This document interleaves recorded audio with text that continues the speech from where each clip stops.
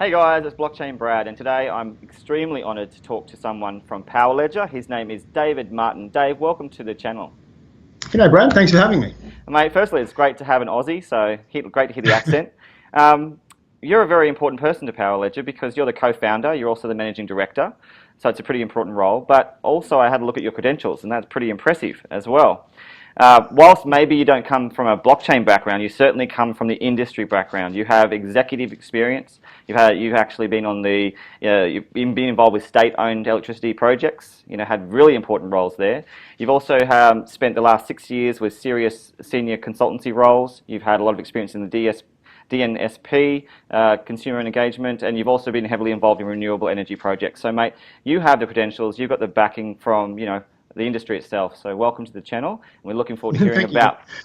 Thank you for pumping my tyres up. I think there are some vastly more important people in the organisation, much cleverer people in the organisation than me. And I think what I've been able to bring to the business early on is that we are in the midst of a really big change, an evolutionary change, almost revolutionary change in the energy industry. We're going from that space where we all used to rely on coal-fired power stations that just pushed electricity in one direction to being involved in energy generation and storage and investment ourselves as consumers. And so there's a massive change taking place. And I came from the perspective of, if we don't manage that change as an electricity industry, then it's all going to fall into a great big hole. It'll be a complete mess because the system that was designed to manage with a physical framework 50 or 60 years ago just doesn't make sense anymore. And so I think my role was around the articulation of the problem and the opportunity that we had, and realising that blockchain was potentially a really good fit for achieving the solutions we need to achieve, turning the network into a trading platform. But smarts in the organisation, the brains behind our blockchain product, our energy trading engine, all of those interfaces with the cryptocurrency space, there are some very clever people in this organisation, and it's a privilege to be a part of it. Yes, actually, I've looked at your team, Dave. It's quite impressive, and we're going to talk about that. But if we can go back to the problem itself, because obviously the originations for this project came from Australasia, particularly in New Zealand and Australia. So many people may not, we being Aussie, we understand, but the centralised problem of energy itself, it's quite serious. So can you tell us a bit more about, what you're trying to redress? So we've always had that solution, as I said earlier, we've always had this situation where we had large centralised generators. We had utilities that did all the planning, all the investment, and made sure, by and large, that there was enough electricity to go around. And us as consumers, we just paid the price for that. There was no question. But now, over the last 10 or so years, as the issues around carbon emissions have become more pressing, the price of distributed generation, particularly rooftop solar panels, has fallen. And we're seeing now the fall in the price of distributed storage. We're seeing a system that's no longer designed and installed by big power companies. It's designed and installed almost by default by everyday consumers, mums and dads, small businesses, even large-scale businesses are putting power stations on their roofs with solar panels. And what that does, it means it changes fundamentally the economics of the old model. And what you see, particularly in network service provision, is that the price of accessing the network as consumers use the network less increases. So it's this kind of perverse version of supply and demand economics. As demand falls, the price actually increases. And so we're seeing that now. We're seeing network pricing go north as fewer and fewer people, more and more people are relying on solar panels to produce their own electricity. And we're seeing a lot of people who can't afford to put solar panels on their roofs, or who live in apartment buildings, or they've just got trees that shade their roofs for whatever reason, can't install solar panels, and they're the ones bearing the brunt of the cost of energy rises. So the problem we saw was that we needed to encourage people not to get off the network, but to stay connected. That if we're going to achieve a sustainable power supply, one that was also affordable for a large group of people, we needed to encourage people to stay connected. And the way to do that was reposition the electricity network not just as the one-way delivery mechanism for energy, but as a trading platform. To allow consumers the ability to buy and sell electricity to their neighbours, encourage them to stay connected, encourage them to put more generation, renewable generation, out where the people are, and use the network far more efficiently. And so that was the problem. So, Dave, let's talk about that a bit more, because you've talked about two key things. You've talked about the movement from the centralised market across to the decentralised, but fundamentally underneath that, you've talked about the deregulation primarily that we've seen move across into privatisation. So Yep. let's talk more about the second point, which is the decentralised component. That is essentially the blockchain itself. Yeah. Clearly, you want to democratise, power consumption through this plan. So let's talk about the what. Fundamentally, Yep. what is What Power Ledger in a nutshell?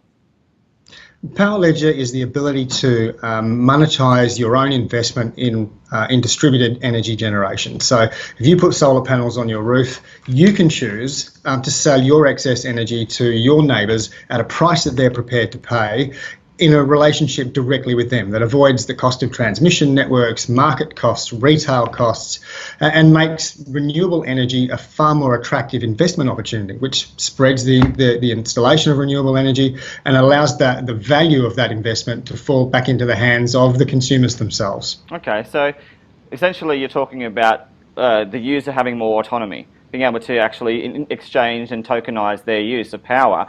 But let's talk about the fundamentals of the blockchain itself for Power Ledger. How on earth does it work in terms of its technological underpinnings? So the system we've got relies on data, so metadata. We're not trying to change the rules of physics. We're just trying to change the rules of the market to reflect the value of the investment and making sure that value goes back to the consumer. So we read all the meters all the time, basically, and as we're monitoring energy being injected back into the network from someone's rooftop solar panels, we're also monitoring the consumption of somebody else in their area who is consuming energy. And we tie those two, that input and that output together, and we create a physical transaction.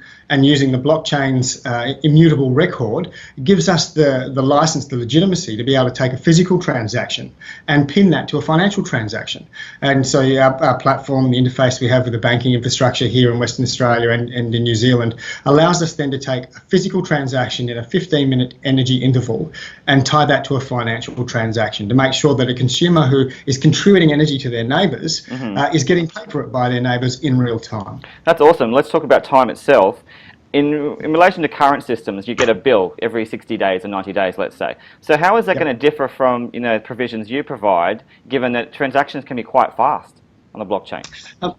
So when you put solar panels on your roof, the outward impact of that is you get cheaper electricity bills from your energy supplier. So if you're with Origin or AGL, the solar panels you put on your roof reduces your consumption from those two retailers. Right. By trading it with your neighbours, it's virtually doing the same thing. So even though your neighbour doesn't have solar panels on their roof, they are buying their energy from you. So the amount of energy they're buying from their retailer diminishes. So they in effect have two retail suppliers at different points in time in the day. So when you have excess energy, they're buying energy from you. When you don't, overnight, or when you're consuming it all yourself, they're buying it from their retailer. So they'll still get their normal 60-day bill. It'll just be much cheaper. In effect, it'll be like putting solar panels on their own roof.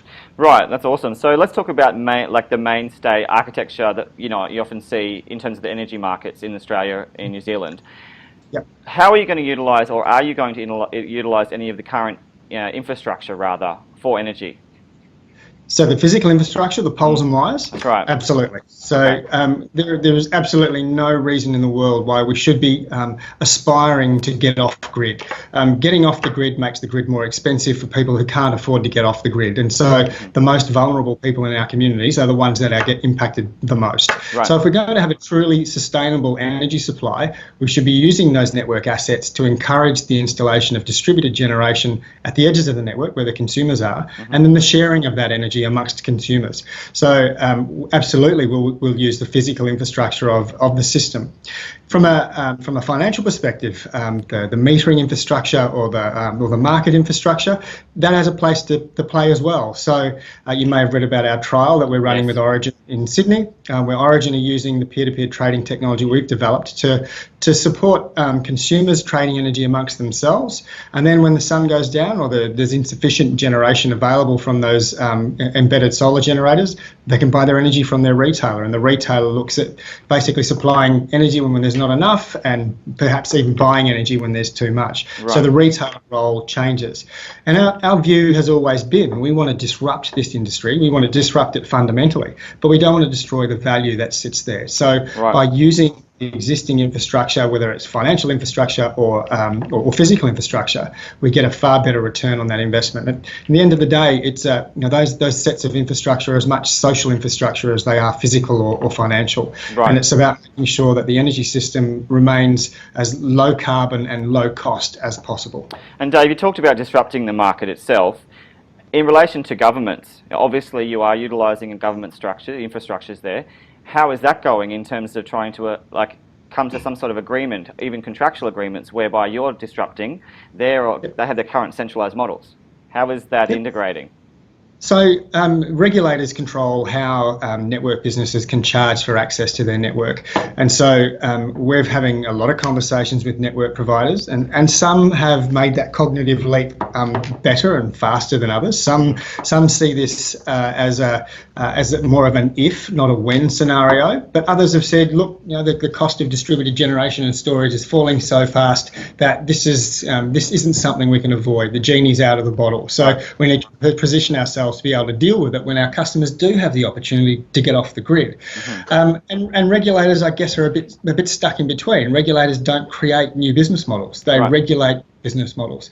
So we're working with regulators and with network businesses to show that there is a different way to price network access in a way that's attractive to consumers and competitive with the falling price of distributed generation and storage. Right. So that's a challenge we have now, and demonstrating the potential is something we can do to support that argument. So we have a project we're working on with a property developer north of Perth, that instead of paying the traditional millions of dollars to connect to the existing network, to upgrade the network, to build new transformers, those sorts of things, they've taken the view as they'll make that investment on their own property. So they'll install PV and storage in the subdivision. So they're not paying the full cost of connecting a large energy consuming load to the network.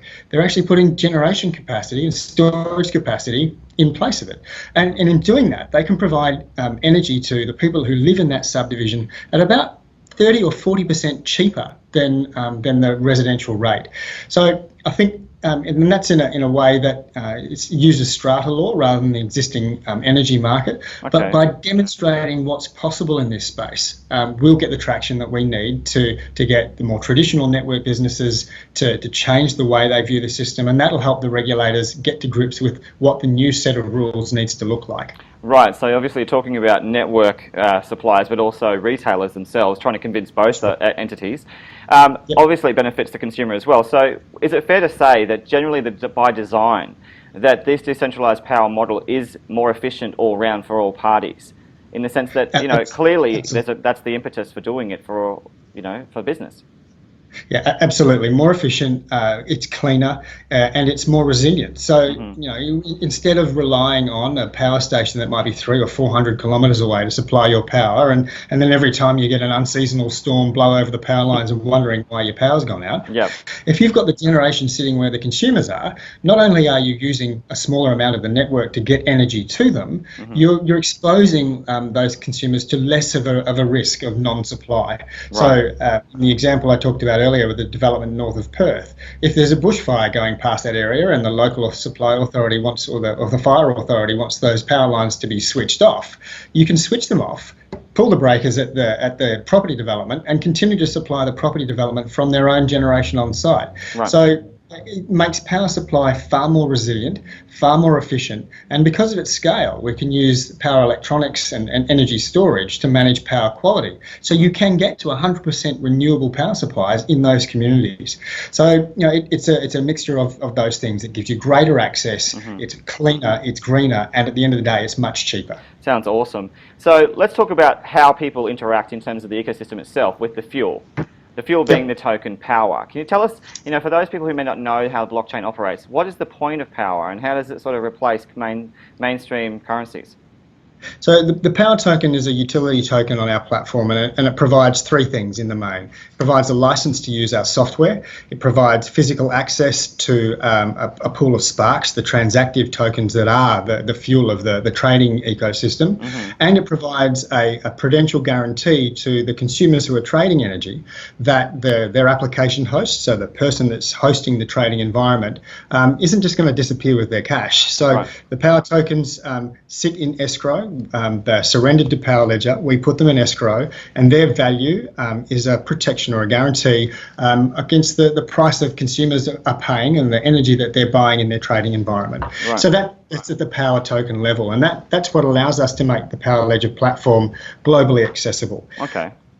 At a consumer level, we have a secondary blockchain, EcoChain, which is our own proof-of-stake blockchain, that uses Spark. So a transactive token we've called a Spark, which is a frictionless transactive token in that environment that represents the value of energy. So as a consumer buys energy from their next door neighbour, the requisite value or volume of Sparks goes from their online wallet to their neighbour's online wallet. Okay. So in effect, you have a kilowatt hour going from 1 metre to another, and a number of Sparks, depending on the value of that energy, going from one online wallet to another. Right. So we can get that instantaneous transaction in value and energy.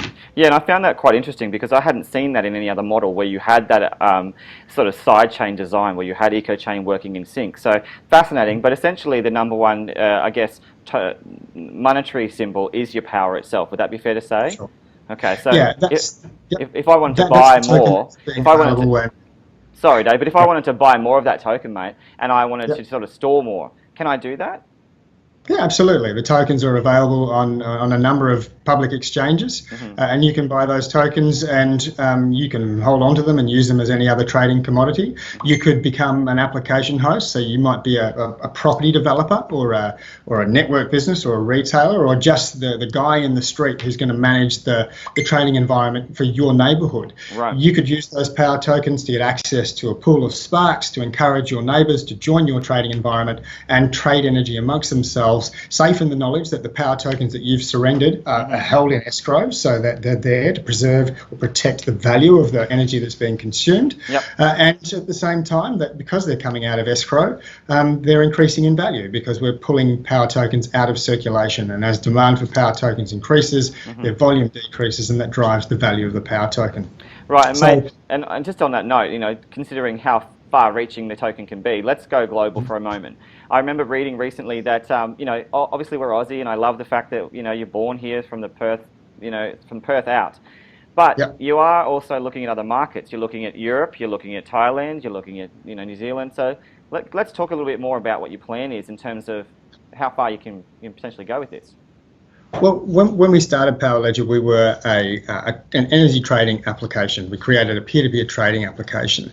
But we did have aspirations to take that technology and the benefits of that technology globally. So it's not just something that's available in first world communities. It could be involved in emerging economies where, rather than repeating the kind of model of energy supply that we've used in the first world for the last 100 years, we could sidestep all of that nonsense, all of that dirty, coal-polluting, long-winded networks, monopoly stuff, and move straight to an environment where communities can own their own generation, and it can be 100% renewable, and it can be low cost. In order to do that, we had to step away from just being an application. We had to give other people the ability to take our application and monetize it themselves and encourage them to use it themselves to get the level of benefit that we wanted to see from our technology, which is why we went down the ICO path, why we created the Power Token as an opportunity for other people to access our platform in a way that is secure and protects consumers at the same time. Okay. So, just on that note as well, just interrupt for a moment to let the audience know, you were very successful on that ICO, that initial coin offering. You raised $34 million worth of cash, a third of your tokens, still got a lot more left, exciting stuff. Very exciting. And for us, at the time of the ICO, we had something like 15,000 individual token purchases, which for us was a great sign that the community isn't just interested in ICOs, but is interested in the technology that we're providing. We put some pretty solid anti-whale measures in place, so we limited the number of tokens that people could buy in each transaction and at each point in the ICO, so that we could give everyone who wanted an opportunity to buy power tokens the ability to buy power tokens. So from our perspective, the way we get reach, the way we reach scale, the way we have the biggest impact that we can is by having as many people as possible involved and benefiting from the spread of the Power Ledger technology. And it certainly worked. It certainly worked as well, Dave. Yeah, so we were really humbled by the experience. Yeah, and honestly, you've done such an incredible job considering that you have been in the business for some time as a project. And that's something many people don't know as well, is that there were a lot of hard yards done before the launch itself. I think Yeah. back in May 2016 was the birth of Power Ledger. But let's talk Yep. about those countries a moment. Talking about again going back to Europe, going to Thailand. There's some key initiatives happening through Power Ledger. Mhm. So in Thailand, we've partnered with BCPG, which is a partially government-owned energy company based in Bangkok that is focusing on renewable energy development. And in Bangkok, one of the largest, most densely populated cities in the world, we're working with them to create an embedded microgrid that involves apartment buildings, a school, a hospital, a shopping mall, and embedded generation, renewable generation, to demonstrate how even in a city like Thailand, we can increase the penetration of renewable generation and give the consumers the ability to get access cleaner, greener, cheaper electricity. Right. In India, we're looking more at developing economies rather than existing large-scale economies like those in Bangkok. And we're working on the development of microgrids, so an autonomous reconciliation settlement platform for microgrids, so that in rural parts of rural India where electricity supplies still haven't been made accessible, or at least very reliable, we can install 100% renewable microgrids so that consumers can access cheaper, cleaner, more resilient and reliable energy supplies at low cost. Right. That's the focus of the work that we're doing in India. Right. In Europe, we're seeing the same sort of evolution towards a lower carbon energy system in Europe as we've seen in Australia, and we've got a partner there, the Liechtenstein Institute of Strategic Development, that are working with us to find more projects, more microgrids, to really prepare the market for the introduction of peer-to-peer energy trading in that part of the world as well, and having similar conversations in the US. And Dave, when you consider the reach, you talk about India, you talk about Thailand. I mean, the sheer populations there are immense. Asia's arguably the hub of technological innovation right now as well, and arguably adoption of these kinds of things. But again, let's talk about the microgrid itself, because I broach it only that there are other companies we see in the blockchain that are emerging in a similar field, but they're not focusing on microgrid. So let's address two things. Your concern or lack of competition in the microgrid, environment, and also, what exactly is it? From a competition perspective, I guess if you can see in a number of ways, there's a number of existing or traditional technologies that can be used to various degrees in the same sort of scenario. Probably none that we've seen that can provide the autonomous and almost instantaneous settlement that the blockchain allows us to provide, and absolutely none that allow for the intricate sort of transactional arrangements with multiple generators, multiple consumers, all generating and consuming at the same time. The blockchain is the only thing that we've seen work in that space. Some of our competitors we've seen focus on the other end of the energy market. So they're looking at how the blockchain can disrupt wholesale energy markets. Right. Our view is those markets are being disrupted anyway by consumers. So rather than replacing existing technologies with a new tool, we're seeing that the evolution of the industry is saying that it's not about centralized markets or centralized authorities anymore. It's about distributed markets, distributed investment and distributed ownership. And that's the area that we've chosen to focus on, and hopefully we can have the biggest impact on. Well, certainly you are, considering the kind of places you're going, and I imagine you're going to a lot further than that as well. Let's talk about, again, the prosumer and the consumer, in the sense that, then as referenced in your literature. What's the benefit for someone who may have excess, surplus, and why should they even engage in this system? So at the moment, most countries have a model where consumers who install solar panels on their roof will sell their excess or spill their excess back to the grid, and their retailer will pay them for that energy. In areas where this is only new, those feed-in tariffs are pretty generous, but they become very, very expensive very quickly. And what we've seen in Australia is those feed-in tariffs that used to be around the 40 or 50 cents per kilowatt hour, which really encouraged the development of the solar panel market, are now around 5 or 6 cents a kilowatt hour. Okay. So a consumer that's spilling excess energy into the grid gets paid 5 or 6 cents a kilowatt hour, and then has to buy it back later in the day at 29 cents a kilowatt hour. So there's this sense of injustice of having to sell their energy dirt cheap only to buy it back at high retail prices. prices.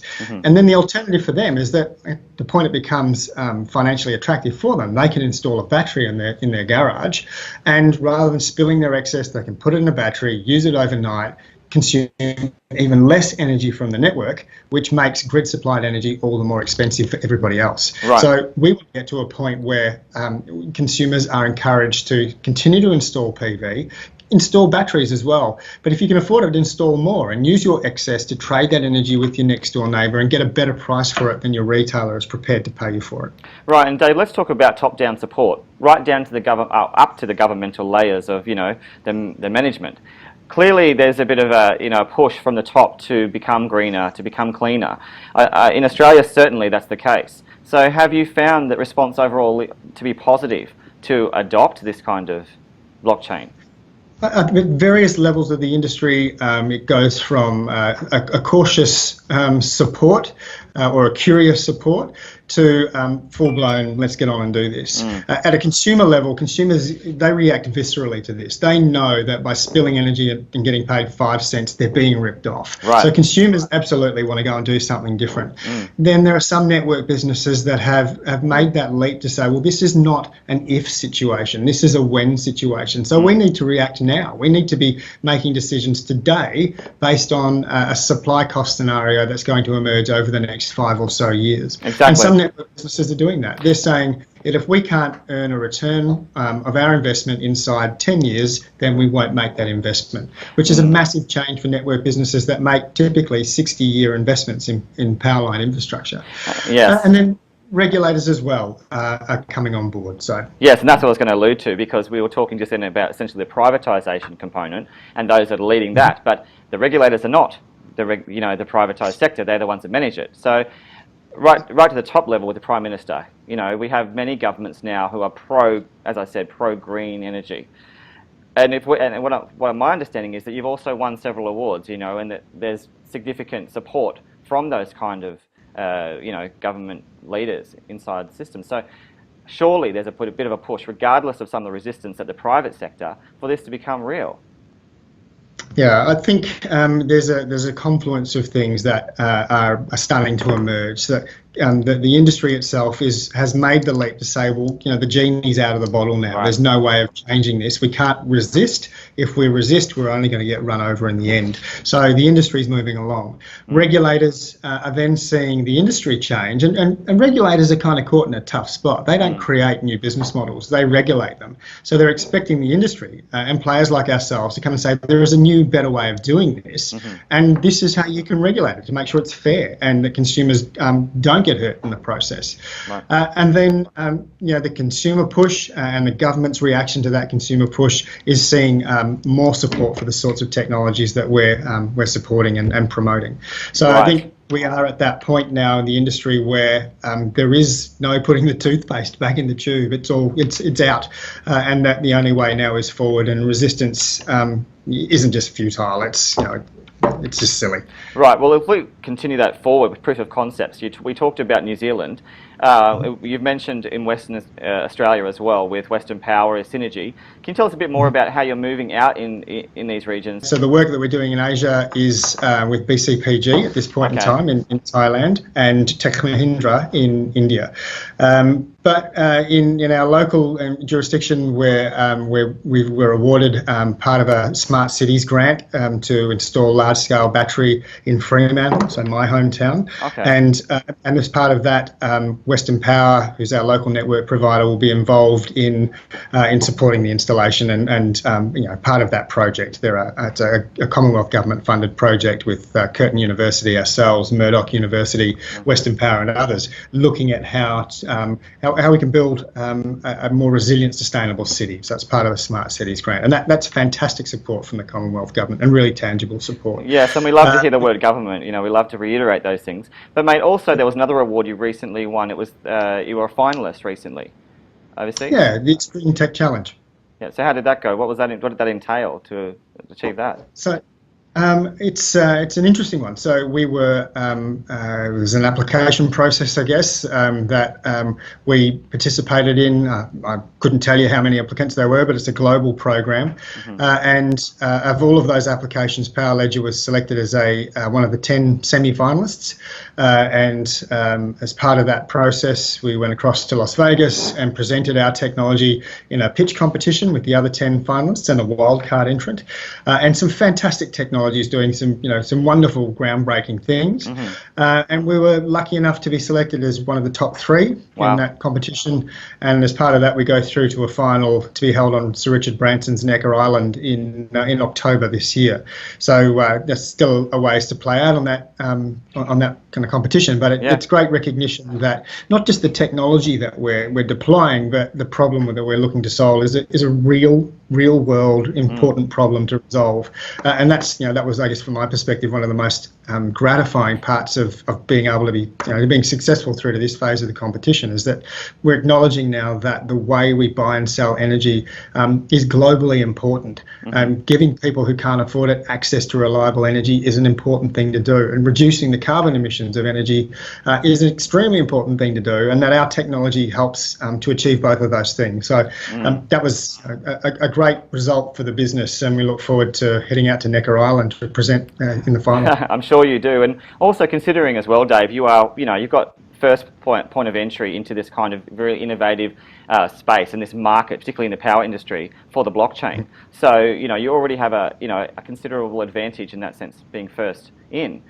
First ICO in Australia also. Clearly you see this as a longitudinal project, not something that's short term. But let's talk about in relation to Origin Australia. We mentioned it before, but I want to reiterate it again, because this is arguably one of the largest companies in Australia that you've formed an alliance with. Just how strong is that, and how formal is it? So there are things I can and can't say about that agreement, just because of their commercial nature and the work that we're doing.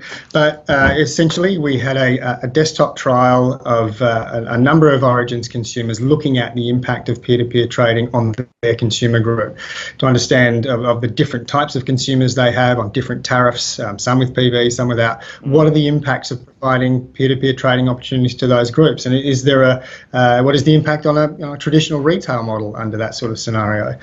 The findings of that will support the decision around how we proceed on that. And so Origin have been great. They're they're Australia's biggest retail energy company, and they are seriously looking at the technologies, not just of blockchain technology, but the integration of distributed renewable technologies as part of their future business model. So, and I honestly, I think we need to stop there and reiterate that, because they're the largest, retailer provider of energy.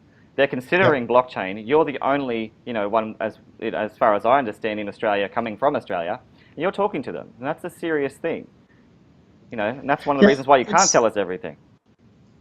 Exactly. So it was easy 18 months ago when we were this brash startup that had some good ideas and just wanted to trial stuff, and people were interested in trialing, and so our conversations were all about non-binding MOUs, and they were easy.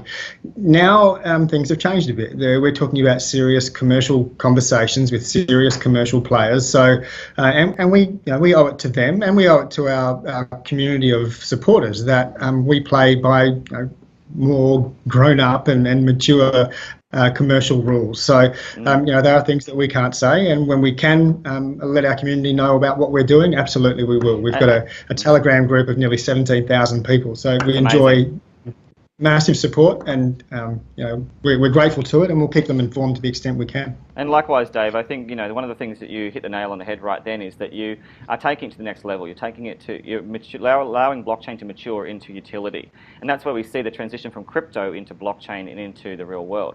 If we want to talk just quickly on partners, I know I've taken up a lot of your time, but there's some exciting partners that are on your your white website and your white paper as well. You've got Curtin University, Landcorp, and several others. What are the key things you want to say about your partnerships for now and the future?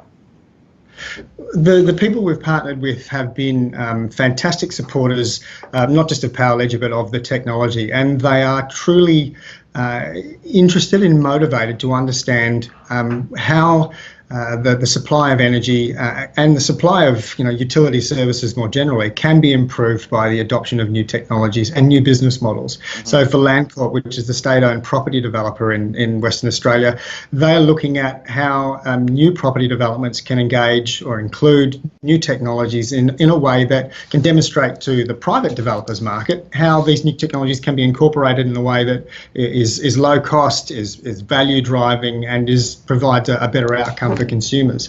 And so we've been really lucky to have support of those sorts of organisations working with us to demonstrate the possibilities of peer-to-peer energy trading on the blockchain. Awesome. So let's talk about the future now, Dave. Clearly you're going to have more partners come, you're going to have more people sign on, but we want to know about the money deals. What's coming up for the future in terms of partnerships that you can tell us? So what I can talk to you about is the agency arrangements that we're working towards in Europe and America. We've signed an agreement with the Liechtenstein Institute of Strategic Development, as I think I mentioned, and they are working to prepare the way for peer-to-peer energy trading in Europe and identifying project opportunities, microgrid development opportunities there. We're having a similar conversation or a similar set of arrangements with a group that's very well connected in the United States. Okay. Can't mention I'm looking forward to hearing about that one. Yeah, and well, I guess for us now, we moved beyond the startup phase into a scale-up phase, and that was always the intention in the ICO and the development of the platform, is to go beyond just an application to becoming a platform and to scale it up and make the technology and the opportunity available to as many people in as many places as possible. And just how hard is that phase? Because obviously having that first, initial infrastructural plan down pat now, are you finding this part a bit easier to do to make it more scalable? It's similar challenges. So we spent the first 12 to 18 months of our existence in Australia knocking on doors, being persistent around our arguments and demonstrating the need for change. And it's only been the last 12 months or so that we've got the real traction in that place. So in many respects, we have to repeat that process in other markets that aren't as receptive to the concept of peer-to-peer trading yet.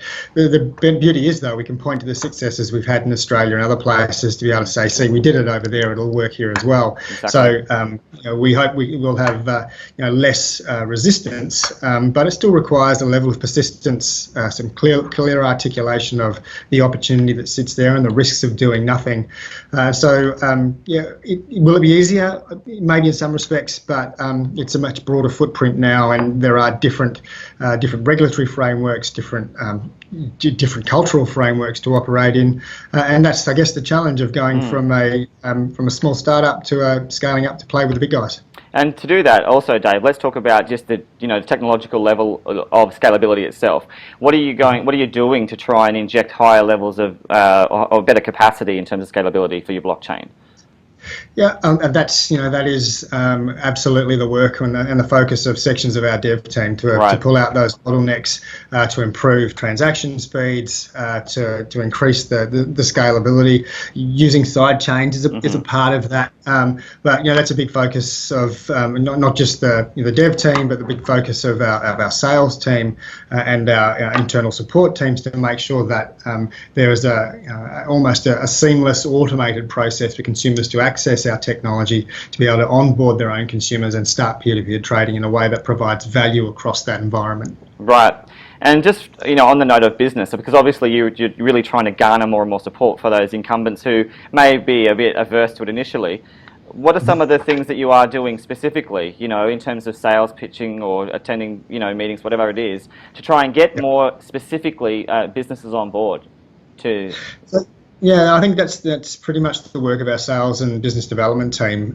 We've travelled more air miles in the last 12 months than I have in my entire life. So every other week there is a new blockchain conference or a new energy innovation conference, and we're speaking at a lot of those.